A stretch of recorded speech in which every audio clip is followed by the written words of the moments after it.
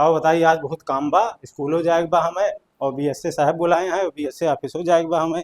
आज बड़ा देर हमरे काम बा। नमस्ते। हाँ मास्टर साहब, आपको बोला था कि वो आशा ड्यूटी नहीं जाएगी, तो आपने उसकी हाजिरी क्यों नहीं चढ़ाई?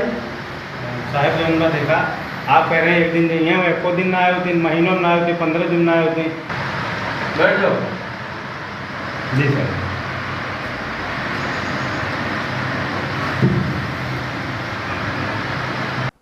साहब हम गांव का ईमानदार आदमी है, हमसे गलत काम न कराओ साहब, हम गलत काम न कर पाओगे।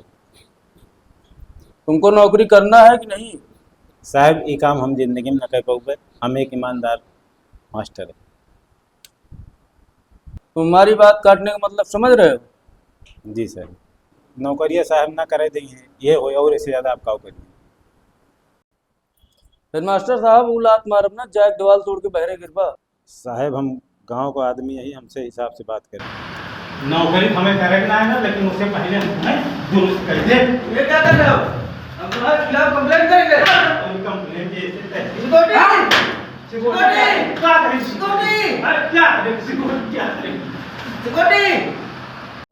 हमारे चैनल को आप ज़्यादा से ज़्यादा लाइक, सब्सक्राइब और फॉलो करें।